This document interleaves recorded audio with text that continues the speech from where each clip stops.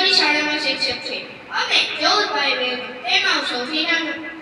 હું જ્યારે 6 વર્ષનો થયો ત્યારે મારી માતાશ્રીનું અવસાન થયું.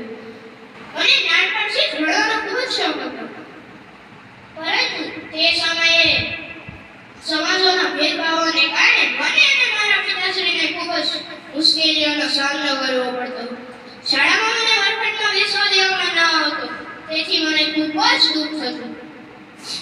અને વિચાર આવતો, આ દેશમાં તો હજારે દલિતો છે, શું તેમની પણ આ જ હાલત હશે ને? ત્યારથી જ મેં મનોમન નક્કી કરી લીધું, મોટો થઈને આ ભેદભાવોને મિટાવીને જ રહીશ. પ્રાથમિક શિક્ષણ પૂર્ણ કર્યા પછી ઉચ્ચ શિક્ષણ મેળવવા માટે વડોદરાના મહારાજા સયાજીરાવ ગાયકવાડે મને શિષ્યવૃત્તિની સહાય કરી. હું લંડનમાં જઈને ખૂબ જ લગનથી ભણ્યો. ત્યાં પણ મને ઘણી યાતનાઓ વેઠવી પડી હતી. મને વાંચનનો ખૂબ જ શોખ હતો, આથી હું પેટની ભૂખ સહન કરીને પણ વાંચનાલયમાં જઈને કલાકો સુધી પુસ્તકો વાંચતો.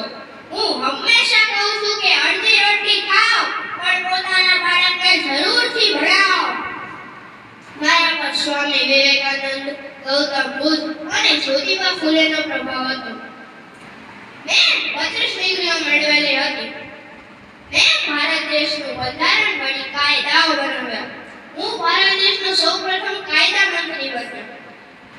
આ દેશમાંથી ભેદભાવો મિટાવવા મેં ઘણા પ્રયાસો કર્યા છે. માટે હું હંમેશા કહું છું કે શિક્ષિત બનો, સંગઠિત બનો, સંઘર્ષ કરો. શિક્ષણ થકી જ તમે તમારી આવતીકાલ માટેના સપના સાકાર કરી શકશો. જય હિન્દ, જય ભારત. અસ્તુ.